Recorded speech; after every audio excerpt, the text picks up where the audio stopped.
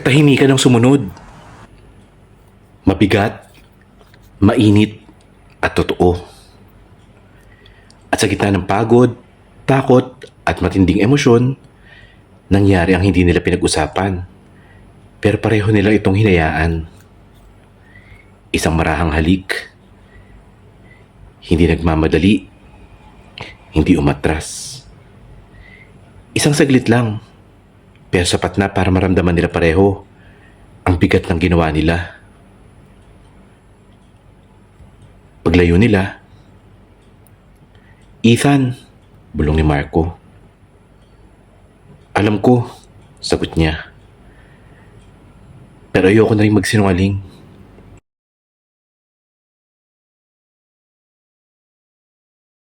May mga kwentong deserve pakinggan.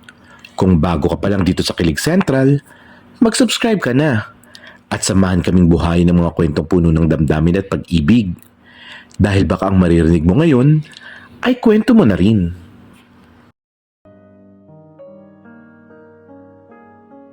Tahimik ang kalsada tuwing 12:00 ng gabi. Hindi yung tahimik na payapa, kundi yung tahimik na parang may hinihintay na mangyari. Nakatayo si Ethan. Mahigpit ang hawak sa kanyang flashlight. Diretso ang tindig na parang kahit ang hangin ay kailangang sumunod sa kanya. Bagong plancha ang uniforme niya. Halatang bago lang sa serbisyo. Halatang may pinatutunayan. Unang assignment niya ay night duty. Unang checkpoint. Unang beses na mararanasan niyang bantayan ng isang kalsadang masanay sa lihim kaysa sa ingay. "Relax ka lang." At napalingon siya. Si Marco yun. Senior patrol officer. Nakasandan sa patrol car. Isang kamay niya ay nasa bewang. Ang isa naman ay may hawak na kape na halatang matagal ng malamig. Hindi siya mukhang pagod. Para bang kabisado niya na ang lahat ng pwede mangyari at ang madalas ang hindi mangyayari. "Walang multo dito," dagdag ni Marco at bahagyang nakangiti. "Kung meron man, mas takot yan kaysa sayo." Hindi sumagot si Ethan at tumangulang. Sanay siyang sumunod at hindi makipagbiruan. Tahimik uli. Pumipitik ang ilaw ng patrol car. Pula at asul, paulit-ulit. Para itong pulso ng gabi. Mabagal, pero tuloy-tuloy. Sa pagitan ng bawat kisap, napapansin ni Ethan ang mga detalye na hindi niya inaasahang mapapansin. Kung paano bahagyang nakabukas ang taas na botones ng uniforme ni Marco. Kung paano kalmado ang boses nito kahit walang dumadaang sasakyan. At kung paanong kahit wala nagsasalita ay parang may presensyang pumupuno sa espasyo sa pagitan nila. "First duty mo, no?" tanong ni Marco. "Opo. Ganyan din ako dati," sabi niya. "Akala ko bawat gabi may mangyayari. Pero karamihan tahimik lang." May huminto sa harap nila ng motorsiklo. Saglit na rutina. Lisensya, tango, alis, at bumalik ang katahimikan. Mas kapal na kaysa kanina. Napansin ni Ethan na tumigil ang radyo. "Sir, nawalan yata ng signal." Sumalyap si Marco. Sa kamarahang tumayo ng tuwid. Lumapit siya. Sapat na lapit para maramdaman ni Ethan ang init ng katawan nito dahil sa lamig ng hangin. "Normal yan dito," sabi niya. "Dead spot." Saglit silang magkatabi at walang nagsasalita. Pero may mga bagay na hindi na kailangan banggitin para maramdaman. "Kung kinakabahan ka, sanayan lang," dagdag ni Marco. Hindi alam ni Ethan kung ang tinutukoy ay ang duty o ang biglang pagbilis ng tibok ng dibdib niya. At muling pumitik ang ilaw ng patrol car. Sa pagitan ng dalawang kulay ay may nagsisimulang mabuo. Isang tanong, isang pakiramdam. Isang gabi na hindi niya inaasahang magiging simula ng isang bagay na Mas mahirap bantayan kaysa sa kalsada. At hindi pa niya alam na ang checkpoint na ito ay hindi lang para sa mga dumaraan. Ito rin ay para sa kanilang dalawa. Mas lumalim ang gabi. Yung tipong kahit ang mga poste ng ilaw ay parang tinatamad ng magbantay. Nasa loob na sila ng patrol car. Hindi dahil may utos kundi dahil may malamig na hangin. At nakakaibang katahimikan sa labas. Umuugong ang makina ng sasakyan. Mahina lang. Sapat para hindi marinig ang sariling isip. Si Ethan ay tuwid na nakaupo. Nakalapat ang likod sa upuan. Parehong kamay na sa hita. Para siyang nakareport kahit wala namang opisyal na kausap. Napansin niyo ni Marco. Hindi ka naman ini-inspeksyon, sabi niya. Bahid ng ngiti. Pwede kang humingan maayos. Dahan-dahang bumuga ng hangin si Ethan. Hindi niya naman lang pinipigilan pala niya ito kanina pa. Nasanay lang ako, sagot niya. Sa academy, laging sinasabi na bawal mag-relax. Tumango si Marco. Sa field matututunan mo rin kung kailan naman pwede. At saglit na katahimikan muli. Umuulan na sa labas. Hindi malakas pero sapat para lumikha ng ritmo sa bubong ng sasakyan. Bakit ka nagpulis? Biglang tanong ni Marco. Nag-isip si Ethan. Hindi siya sanay sa tanong na walang checklist. Para may silbi, sagot niya sa huli. Para may mapatunayan. Sumulyap si Marco. Hindi man direkta pero ramdam ang bigat ng tingin. Kanino? Hindi agad nakasagot si Ethan. Marahil dahil matagal na niyang alam ang sagot. Pero ngayon lang may nagtanong. Sa sarili ko, sabi niya. Tumahimik uli si Marco. Hindi niya tinawanan. Hindi niya kinontra. Para bang naiintindihan niya ang bigat ng simpleng sagot na yun. Mahabang duty yan, sabi niya kalaunan. Mas mahaba pa sa night shift. Napangiti si Ethan ng bahagya. Pero sapat para mapansin ni Marco. Isang ngiting hindi niya inaasahan sa sarili niya. Tumunog ang radyo. Pareho silang napatingin. Static lang. Wala pa rin, sabi ni Ethan. Okay lang, sagot ni Marco. May mga gabing ganyan, tahimik at walang rumaradyo. Hindi niya idinugtong ang mga salitang pero naroon sa pagitan nila na minsan sa katahimikan ay mas marami ang maririnig. Nag-adjust si Marco ng upo. Kaunting galaw lang pero mas lumapit. Hindi sinasadya pero hindi rin umiiwas. Ramdam ni Ethan ang init sa labi niya. Kahit pareho silang naka-uniforme, kahit may distansya pa rin. Ethan, tawag ni Marco. Unang beses niyang binanggit ang pangalan to nang walang ranggo. Po? Kung may araw na may mabigat ang duty, sabi niya. Hindi mo kailangang buhatin to mag-isa. Tumingin si Ethan sa harap. Pero ang bigat ng sinasabi ay parang direktang tumama sa kanya. Hindi yun utos at hindi rin paalaala. Isa yung alok at muling kimisap ang ilaw ng patrol car. Sa loob ng pulang liwanag, nakita ni Ethan ang sariling refleksyon sa salamin. Sa asul, ang anino ni Marco sa tabi niya. Dalawang pulis, isang gabi, at isang pakiramdam na hindi nakasama sa manual. Hindi pa nila alam kung saan ito hahantong, pero pareho nilang alam na sa sandaling ito ay ayaw muna nilang may tumawag. Biglang umingay ang radyo. Isang putol-putol na tawag. May binanggit na motorsiklo. May direksyon. May salitang sapat para bumilis ang tibok ng dibdib ni Ethan. Checkpoint tayo, sabi ni Marco. At mabilis na bumaba ng sasakyan. Alert! Parang biglang nagising ang gabi. Huminto ang motorsiklong tinutukoy. 2 sakay, naka-helmet. Masyadong mabilis ang galawan. Masyadong aligaga ang tingin. Ramdam ni Ethan ang pawis sa palad niya habang humahakbang palapit. Sir, checkpoint po. Mariin niyang sabi. Biglang tumakbo ang isa. Ethan! Sigaw ni Marco.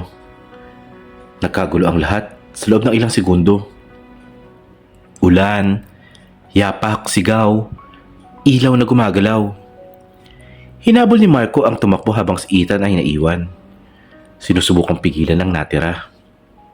Isang magaling galaw, isang tulak, at munti na matumba si Ethan sa basang semento. Biglang may kamay na humila sa kanya pabalik. Okay ka lang? Si Marco. Basang-basa silang pareho. Hinihingal, magkalapit. Sapat na lapit para makalimutan ni Ethan kung nasaan siya. Nakuha ko na, sabi ni Marco. Tinutukoy ang sospek. Tapos na. Pero para kay Ethan, parang may nagsisimula pa lang. Tahimik uli ang paligid at parang walang nangyari. Hello guys! Welcome back sa channel! Kung gusto nyong ma-shoutout sa next video, mag-comment lang kayo dito sa baba. Kahit simpleng hi lang or kung taga saan kayo. Binabasa ko lahat ng comments nyo. At baka kayo na ang susunod kong mabanggit.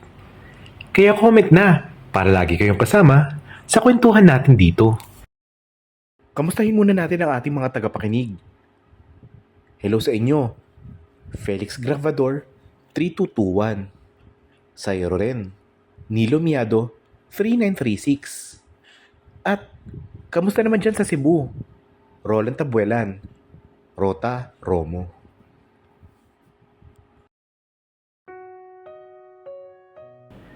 Pero alam nilang pareho na may nagbago. May linya na hindi nila sadyang lapitan, pero pareho nilang tinawid. Pumasok na sila sa loob ng patrol car. Nanginginig si Ethan, hindi lang sa lamig. Kanina, sabi niya at naputol ang boses. Akala ko, at hindi na niya tinapos. Inabot ni Marco ang tuwalya mula sa likod. Dahan-dahan niyang ipinuna sa buhok ni Ethan. Walang pagmamadali, walang biro. 1 kilos na mas personal kaysa sa anumang salita. Tapos na, sabi niya ng mahina. Iligtas tayo. At tagtagpo ang tingin nila. Walang sirena, walang radyo. Tanging tunog ng ulan sa bubong ng sasakyan ang maririnig. Hindi alam ni Ethan kung sino ang unang gumalaw. Ang alam lang niya, sa susunod na sandali ay mas malapit na si Marco. Sapat na lapit para maramdaman ang hininga nito. At kung hindi ako naging mabilis, tanong ni Ethan halos pabulong. Hindi kita pababayaan, sagot ni Marco agad. Walang pag-aalinlangan. Katahimikan ang sumunod. Mabigat, mainit. At sa gitna ng pagod, takot at matinding emosyon, nangyari ang hindi nila pinag-usapan pero pareho nilang hinahayaan. Isang marahang halik, hindi nagmamadali at hindi rin umatras. Isang saglit lang pero sapat para maramdaman nila pareho ang bigat ng ginawa nila. Paglayo nila, Ethan, bulong ni Marco. Alam ko, sagot niya. Pero ayoko rin magkunwari. Muling kumisap ang ilaw ng patrol car. Pula, asul. Sa pagitan ng dalawang kulay, may isang desisyong hindi pa nila kayang pangalanan pero pareho nilang piniling panindigan ang sandaling yun. Hindi pa tapos ang duty.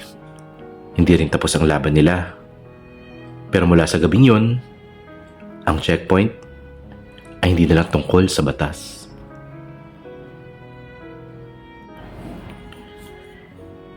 Ibang tunog ng istasyon kapag madaling araw. May mga yapak na masyadong malinaw. May mga tinig masyadong matalas. Pagpasok nila, bumalik ang ranggo, bumalik ang distansya, na parang walang nangyari sa loob ng patrol car. Report, sabi ng duty officer. Mabilis magsalita si Marco, diretso at malinis. Si Ethan ay nakatayo sa gilid, tahimik, hawak ang clipboard na parang sandata laban sa sarili niyang alaala. Naroroon pa rin ang halik. Hindi sa labi kundi sa pagitan ng bawat segundo. Okay ba kayo? Tanong ng isang kasamahan. Pabirong tono pero mapanuri ang mata. Oo, sabay nilang sagot. Masyadong sabay. Sandaling katahimikan at isang tingin ang tumagal. Marco, tawag ka ng hepe sa loob. Naglakad si Marco nang hindi lumilingon. Naiwan si Ethan. Huminga ng malalim at pilit ibinabalik ang tibok sa tamang ritmo. Lumapit ang pulis kay Ethan. Ayos ka lang, rookie? Kanina ka pa tahimik. Oo, sagot niya. Medyo napagod lang. Hindi yun kasi sinungalingan. Pero hindi yun ang buong katotohanan. Maya-maya ay lumabas si Marco. Diretso ang lakad pero mabigat ang balikat. Nagtagpo ang tingin nila ni Ethan. Saglit lang pero sapat para magkaintindihan. Lumabas sila ng estasyon ng magkaibang oras. Hindi nag-usap at walang plano. Pero pareho silang napadpad sa likod, sa lugar na hindi masyadong dinadaanan. Unti-unting sumisikat ang araw. Akala ko uwi ka na, sabi ni Ethan. Akala ko rin sagot ni Marco. Tumahimik sila. Tanging hangin at amoy ng umagang bagong gising ang saksi. Kanina sa loob, sabi ni Marcos. Halos, alam ko, putol ni Ethan. Ramdam ko rin. Hindi sila magkalapit, pero hindi rin sila magkalayo. Isang hakbang lang ang pagitan at isang desisyon. Hindi kita hahatakan sa gulo ko, dagdag ni Marco. May mga bagay na hindi pwedeng makita. Tumango si Ethan. Hindi rin kita hinihingan ng pangako. Nagkatinginan sila. Mas matagal kaysa sa dapat. At mas totoo. Pero hindi ko rin natatanggi, sabi ni Ethan. Natotoo yung kanina. Lumapit si Marco. Hindi biglaan at hindi palihim. Isang hakbang. Isa pa. Sa liwanag ng madaling araw, nagtagpo ang mga noo nila. Hindi agad humalik. Parang sinisiguro kung gising na ang mundong mapanuri. At kung may makakita, tanong ni Ethan. Hindi titigil, sagot ni Marco. Pero hindi dahil mali. At isang mahinang halik ang sumunod. Mas maiksi kaysa kagabi, pero mas malinaw ang ibig sabihin. Paglayo nila, may ngiti si Ethan. Tahimik at buo. Makaibang oras, makaibang papel. Oo, sagot ni Marco. Pero pareho pa rin tayo. Sumikat ang araw ng tuluyan. At sa liwanag nito, may dalawang pulis na muling bumalik sa kani-kanilang tungkulin. Hindi malinaw ang susunod, pero malinaw ang naging simula. Hindi agad nagkita sina Marco at Ethan matapos ang madaling araw na yon. Hindi dahil ayaw, kundi dahil minsan, mas nakakatakot ang gusto mong lapitan. Sa estasyon, bumalik si Marco sa pagiging tahimik na veterano. Hindi pala biro, hindi pala ngiti. Mas maiksi ang pasensya at mas mahabang katahimikan. Para may dinadalang bigat na matagal nang nakabaon at napansin yun ni Ethan. "Sir," sabi niya isang gabi, matapos ang duty, "may mali po ba?" Napatingin si Marco na matagal, parang tinitimbang kung dapat ba siyang magsalita. "May mga bagay na hindi ko dapat dalhin sa'yo," sagot niya sa huli. "Pero dala mo pa rin," sagot ni Ethan ng mahinahon. "Alam ko dahil ramdam ko." Hindi agad sumagot si Marco. Naglakad siya palabas, sa likod ng estasyon, sa lugar na madilim at bihirang puntahan. Sumunod si Ethan, hindi bilang rookie, kundi bilang taong nagmamalasakit. "May nauna sa'yo," biglang sabi ni Marco na nakatalikod. Tumigil si Ethan. "Matagal na," dugtong niya. "Kasama ko rin sa serbisyo. Tahimik, maayos, katulad mo." Humigpit ang dibdib ni Ethan pero hindi siya umatras. "Nalaman ng iba?" patuloy ni Marco. "Hindi dahil umamin kami, kundi may nakakita. May nagbulong. Isang biro, isang chismis." Huminga siya ng malalim. Ayun, na-reassign siya sa malayo, mag-isa, at hindi niya kinaya. Tahimik ang paligid at parang huminto ang hangin. Simula noon, natutunan ko itago lahat para mabuhay at para manatili, sabi ni Marco. Lumapit si Ethan ng dahan-dahan. Walang bigla ang kilos. "Kaya mo ba ako tinutulak palayo?" sabi niya.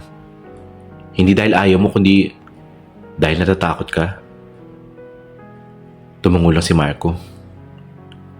"Ayaw kitang masaktan. Ayaw kong ikaw ang sumunod," sabi niya. Humarap si Ethan sa kanya. Diretso. Walang ranggo. Walang uniforme sa pagitan nila. "Hindi mo ako pinalitan ng takot mo," sagot niya. "Pinili kitang lapitan kahit alam kong may panganib." Nagkatinginan sila. Sa pagitan ng dalawang matang yun, naroon ang tanong na hindi kayang sagutin ng batas o ng patakaran. "Hindi kita hinihingan ng tapang na wala ka," dagdag ni Ethan. "Hinihingi ko lang sa iyo ang katotohanan." Napapikit si Marco. Parang unang beses niyang hinayaang mapagod ang sarili niya.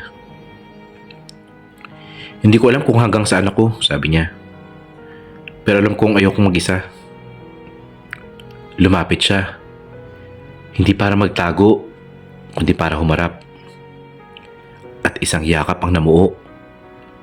Mahigpit, tahimik. Hindi muna humalik. Para bang yun muna ang kaya. Sa yakap na yun ay walang ranggo, kundi dalawang taong parehong takot, pero parehong namimiling na manatili. Pagbitaw nila, may liwanag sa mukha ni Marco na matagal nang wala. "Hindi ko mapapangako ang kaligtasan," sabi niya. "Hindi ko rin man hinihingi," sagot ni Ethan. "Pangako lang na hindi ka mawawala nang hindi nagsasabi." At tumango si Marco. Sa gabing yun, may sugat na muling binuksan. Pero sa unang pagkakataon, ay hindi na ito haharaping mag-isa. Hindi sila nag-usap tungkol doon bilang date. Walang paalam, walang plano. Isang simpleng tanong lang matapos ang duty. "May alam ka bang bukas na parisan?" tanong ni Marco. Parang walang bigat. Ngumiti si Ethan. "Meron. Malapit lang. At tahimik." Tahimik nga ang lugar. Ilang mesa lang ang okupado. Amoy sabaw at bagong saging. Walang nakakakilala sa kanila rito. Dalawang lalaki lang na pagod, gutom at gustong huminga. "Ganito palang normal," sabi ni Marco habang hinihipan ng sabaw. "Akala ko ba sanay ka sa duty?" biro ni Ethan. "Sanay sa gulo," sagot ni Marco. Hindi sa ganito. Nagkatinginan sila. May ngiti, totoo, at walang nagbabantay. Naglakad sila pa uwi matapos kumain. Mabagal at walang nagmamadali. Ang lusod ay parang marunong rumespeto sa distansyang kailangan nila. Kung pwede lang, biglang sabi ni Ethan, ganito lang palagi. Huminto si Marco. Huwag mong hilingin ang hindi ko kayang ibigay, sabi niya. Pero pwede kitang samahan hanggat kaya ko. Sapat na yun para kay Ethan. Sa gilid ng isang tahimik na kalsada, humintiw sila sa ilalim ng ilaw ng poste. Walang tao, walang sasakyan. Parang sandaling inalaan lang para sa kanila. Lumapit si Marco at hindi nagtanong. Hindi humihingi ng pahintulot at hindi rin nagmadali. Isang halik ang dumapo, mas buo at mas matagal. Hindi nagtatago at hindi nagmamadali. Parang lahat ng takot na hindi nasabi, doon dumaan. Parang lahat ng pagpipigil ay doon na bumitaw. Hinawakan ni Marco ang batok ni Ethan. Parang sinisigurong totoo ito. Si Ethan naman ay hindi umatras. Hindi nag-aalidlangan. Parang matagal na niyang hinihintay na piliin siya. Paglayo nila ay pareho silang hinihingal, pero pareho nakangiti. Delikado, bulong ni Marco. Alam ko, sagot ni Ethan. Pero worth it. Huminga si Marco ng malalim at sa unang pagkakataon na hindi siya umatras. Kung may mga araw na kailangan mong lumayo, sabi niya, sabihin mo lang, pero wag na wag kang mawawala. Tumango si Ethan. Hindi kita iiwan sa dilim. Magkasabay sila naglakad uli. Hindi magkahawa kamay, pero hindi rin magkalayo. Hindi man ito ang buhay na madali, hindi man ito ang kwento na ligtas. Pero sa gabing yun, may dalawang pulis na piniling maging normal, kahit sandali lang.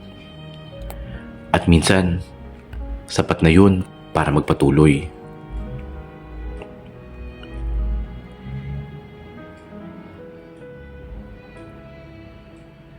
Hindi biglaan ang pagsubok. Dumating lang ito sa anyo ng memo sa board.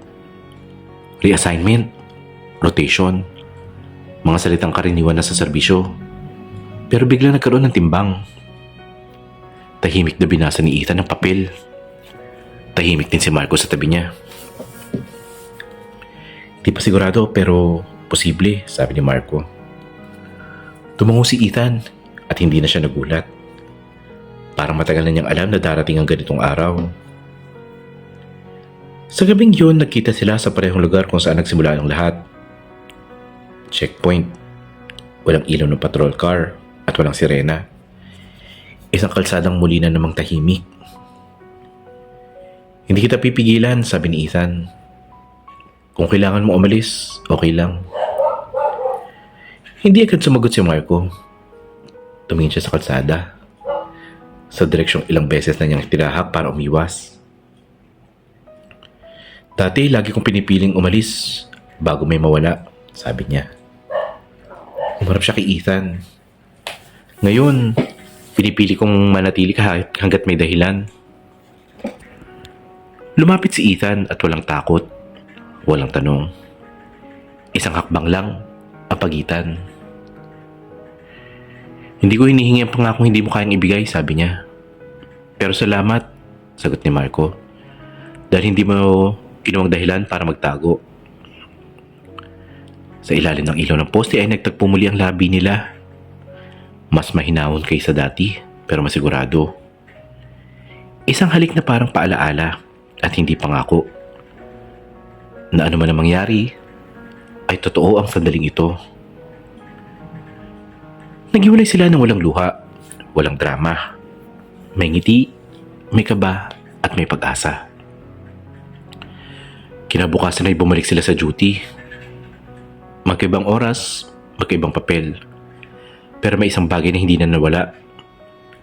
Ang tapang na piliing maging totoo kahit walang kasiguruhan.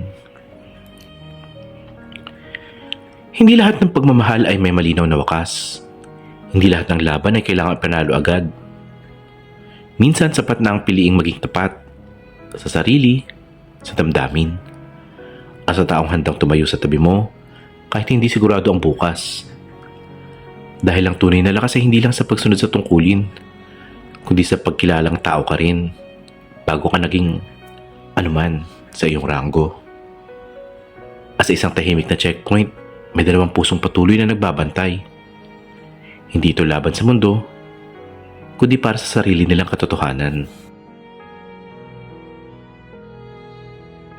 May mga kwentong deserve pakinggan.